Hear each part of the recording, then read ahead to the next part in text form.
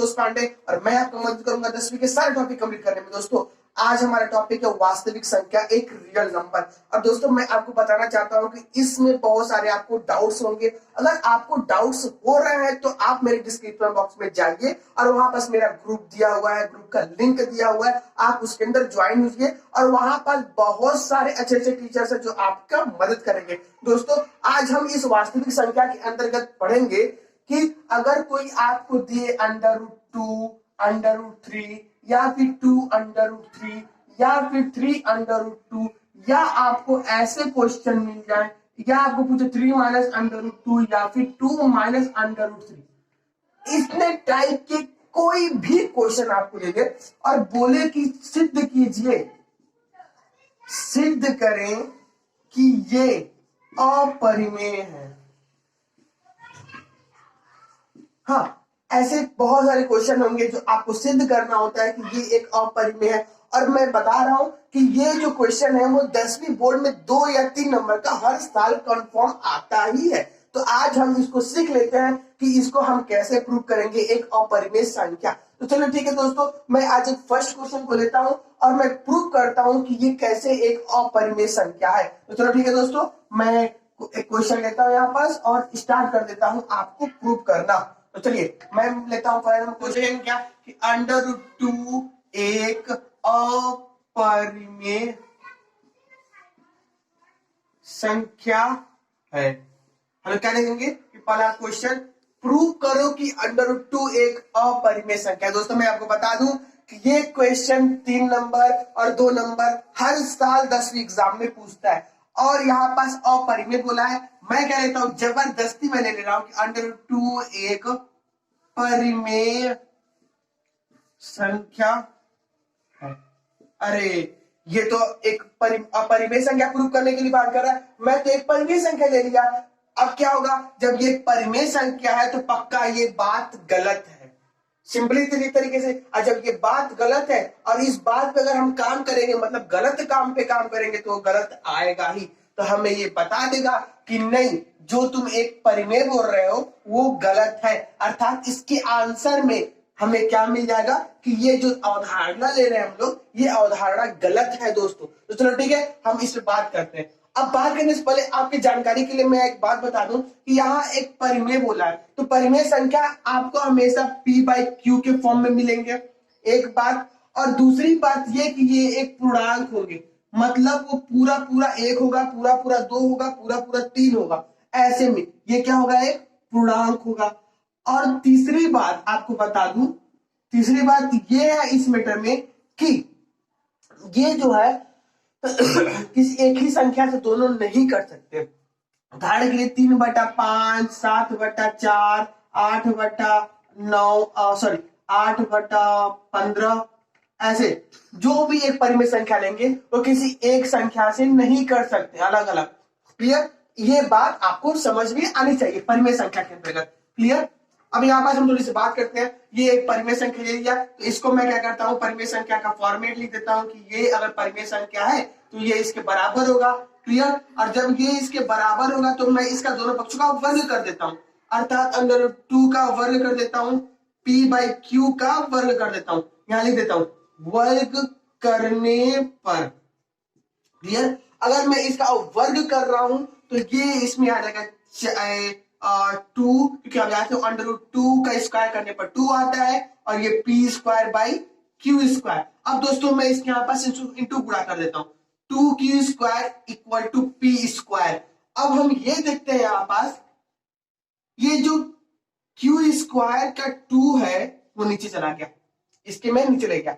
अब क्या देखने को मिल रहा है, p को 2 विभाजित कर रहा है, p² को 2 विभाजित कर रहा है। तो सीधा सीधा लिख दो यहाँ पास, 2 जो है p² को विभाजित कर रहा है। ओके, जो 2 है वो p² को विभाजित कर रहा है, अर्थात 2p² का भाजक है, 2p² को भाजक है।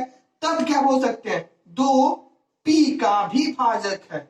जब p² का भाजक है तो p का भी भाजक होगा, अर्थात 2p का भाजक है। यहां तो समझ में आया। और देखिए, जब भी कोई चीज किसी को डिवाइड करती है, अर्थात अगर p को दो डिवाइड कर रहे हैं, वाकई डिवाइड कर रहा है, तो कोई ना कोई पूर्णांक देगा। अगर हम कोई 4 को ही 2 से काट सकते हैं, बोलेंगे 2 4 को काट रहा है, और जब ये काट रहा है तो पक्का 2 आएगा। हम थोड़ी बोलेंगे कि 6 को 5 काट रहा है, 6 को 5 थोड़ी काट रहा है भाई, हम थोड़ी बोलेंगे। यहाँ पास अगर ये काटता नहीं तो हम तो नहीं लिखते, लेकिन ये इसको काट रहा है, अर्थात काट के एक पूर्णांक दे रहा है। यहाँ पूर्णांक थोड़ी आएगा, तो हम बोलते हैं यहाँ पास इसको तो नहीं काट रहा है। तो बस यही बात यहाँ पास बात कर रहे हैं, क्लियर। पी को 2 काट रहा है तो एक पूर्णांक आएगा, जहां आर एक पूर्णांक है, सिंपल तरीके से। अब जब ये पूर्णांक है तो यहां से हम कुछ फायदा निकालेंगे। क्या फायदा निकालेंगे कि देखो यहां पास लिख सकते हैं, क्या लिख सकते हैं कि P is equal to 2R में गुणा कर दिया यहाँ पास, क्लियर। यहां से यहां तक का गुणा कर दिया। अब थोड़ा कहानी में ट्विस्ट आ गया। कहानी में ट्विस्ट ये आया कि ये P is equal to 2R हमें कुछ मिला, ऐसे कुछ मिला। इसका तो यूज करना बनता है ना। इसका यूज कहां करेंगे हम लोग? इसका यूज हम लोग यहां पास कर लेंगे। जैसे दिया है आपका 2Q square is equal to P square. अब हम लोग थोड़ा सा इसका यूज करते हैं। कहा देख क्या लिखा है, 2Q square is equal to P square का वैल्यू क्या हो? P का वैल्यू 2R, P का वैल्यू 2R। मैं यहां पास लिख देता हूं 2R का स्क्वायर, ऐसे हम लोग मैं लिख सकता हूं। अब क्या होगा, ये हो जाएगा 2Q square equal to 4R square. 2 से 2 कैंसल, 2 बचा, 2 से 4 कैंसल, 2 बचा। ये Q square is equal to 2R square. अरे यहां पास एक चीज और दिख रहा है मुझे। क्या दिख रहा है कि जो Q स्क्वायर के नीचे 2 आ रहा है, अर्थात हम क्या लिख सकते हैं, जो 2 है वो Q स्क्वायर को डिवाइड कर रहा है। 2Q स्क्वायर का भाजक है। फिर क्या बोल सकते हैं कि जो 2 है वो Q का भाजक है, सॉरी 2 Q को काट रहा है, अर्थात 2 Q का भाजक है। अरे यहां पर तो दो चीज दिख गया। क्या दिख गया? 2 Q को भी डिवाइड कर रहा है, 2 P को भी डिवाइड कर रहा है, जो कि मैं आपको बता चुका हूं परिमेय संख्या में ऐसा कुछ होता ही नहीं है। तो मैं बोल सकता हूं समीकरण 1 मान लो, इसको बोल दो समीकरण 1, और इसको बोलता है समीकरण 2। समीकरण 1 और 2 से हाँ, ये परिमेय संख्या का विरोधाभास, परिमेय संख्या का विरोध कर रहे हैं। जब ये विरोध कर रहे हैं तब √2, जो √2 लिखे हैं ये गलत बोल रहा है। क्या बोल रहा है? गलत है। तो क्या हो जाएगा? अपरिमेय। क्लियर? हमारा प्रूफ हो गया। यहाँ पर जो मैं लिया ये परिमेय संख्या का विरोध कर रहा है, अर्थात जो मैं बात कर रहा हूं ये परिमेय संख्या की विरोध कर रहा है, तब ये क्या हो गया? एक अपरिमेय संख्या हो गया। ये प्रोसेस समझ में आया दोस्तों? चलिए ठीक है। अगर इसी में आपको पूछ दे यहाँ पर कि अगर बोले कि चलो बताइए, क्या बताइए कि अगर √3 दिया हो और √3 एक अपरिमेय संख्या है, प्रूव करो। मतलब √3 एक अपरिमेय संख्या। तो थोड़ा मैं फास्ट इसको बता रहा हूं दोस्तों, आप लोग एनालाइज करना कि क्या हो रहा है। क्लियर? यहाँ पर √3 जब एक परिमेय संख्या है, मैं बोलता हूं एक परिमेय संख्या, अर्थात P/Q के फॉर्मेट में हो सकता है। ये भी सेम उसी प्रोसेस से मैं दोनों पक्षों का वर्ग करता हूं। तो दोनों पक्षों का वर्ग करूंगा तो ये 9 हो जाएगा, ये P स्क्वायर हो जाएगा, ये Q स्क्वायर हो जाएगा। अब देखो दोस्तों, इसका मैं यहाँ पर इंटू किया तो क्या जाएगा? 9Q square is equal to P square, Q square is equal to P square divide by 9। अर्थात 9 जो है P स्क्वायर को डिवाइड कर रहा है। अब 9 P को भी डिवाइड करेगा। यहाँ पास 9 P स्क्वायर को डिवाइड कर रहा है तो 9 P को भी डिवाइड करेगा, अर्थात 9 P का भाजक है। तो ठीक है, जब इसको भाजक है अर्थात भाग दे रहा है तो पूरा पूरा पूरा कटेगा। और जब ये पूरा पूरा कटेगा मतलब P 9 से भाग देने पर पूरा पूरा कट रहा है, अर्थात जहां R क्या है? एक पूर्णांक है। क्लियर? R क्या है? पूर्णांक है। अब देखो मैं इसको ऐसे लिख सकता हूं, P is equal to 9R। Clear? इसका मैं यूज थोड़ा करूंगा, हमेशा इसी का यूज हो सकता है। इसका यूज करके मैं यहां पास अप्लाई कर दूंगा। क्या करूंगा, जैसे यहाँ पास 9q² इक्वल टू p² दिया है, मैं p² के जगह पे यहाँ पास लिख देता हूं क्या, 9r का स्क्वायर, इक्वल टू 9r दिया है, मैं वहां 9r² लिख दिया। अब देखो दोस्तों, यहाँ पास 9q² equal to 81r², clear. अब मैं क्या बोल सकता हूं कि 9 9 81, तो सॉरी ये q² is equal to 9r²। दोस्तों सेम प्रोसेस से मैं पढ़ रहा हूं, कुछ नहीं, जो मान दिया उस मान को यहाँ पास रखा और उगल के यहाँ पास क्वेश्चन आ गया, मान को मैं लिख सकता हूँ, इसका मैं यूज किया हूँ, क्लियर, इस मेथड का यूज किया हूँ यहाँ पास।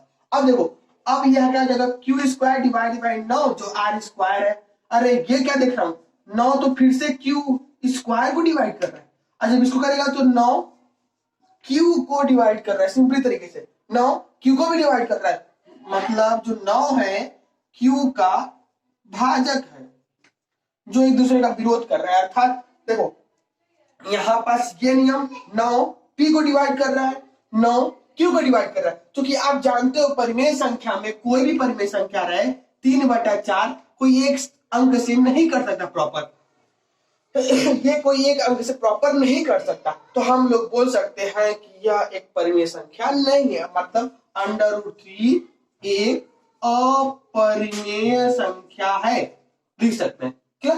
अब आपको अगर क्वेश्चन में यहाँ पास 2√3 आ गया, अब बताइए 2√3 एक अपरिमेय संख्या है, इसके लिए क्या करेंगे दोस्तों, सिंपली यहाँ पास 2 है, सिंपल, तो यहाँ पास भी 2 आ जाएगा भाई। अब चलो ठीक है, मैं इसको बना देता हूं, हाँ, इसको बनाने के लिए सबसे बढ़िया तरीका मैं आपको बताऊंगा आज।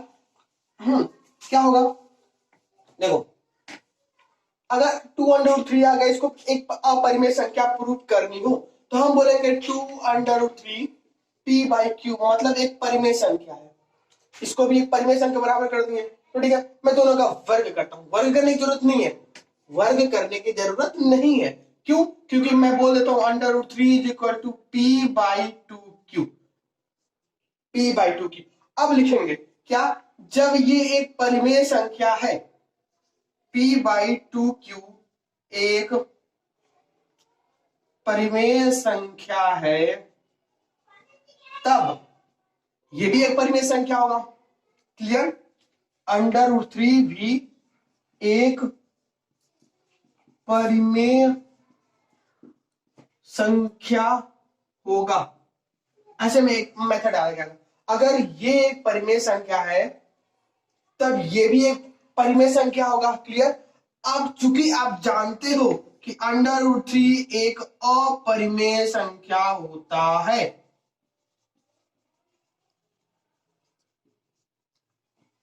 जब ये एक अपरिमेय संख्या होता है तो सीधा सीधा विरोधाभास हो गया ना भाई, यह किसी को फॉलो ही नहीं कर रहा है, अर्थात हम क्या बोल सकते हैं, जब ये एक विरोधाभास उत्पन्न कर रहा है तो ये भी एक अपरिमेय संख्या होगा, तो ठीक है, तब ये सीधा सीधा एक अपरिमेय संख्या हो गया, √3 एक अपरिमेय संख्या है।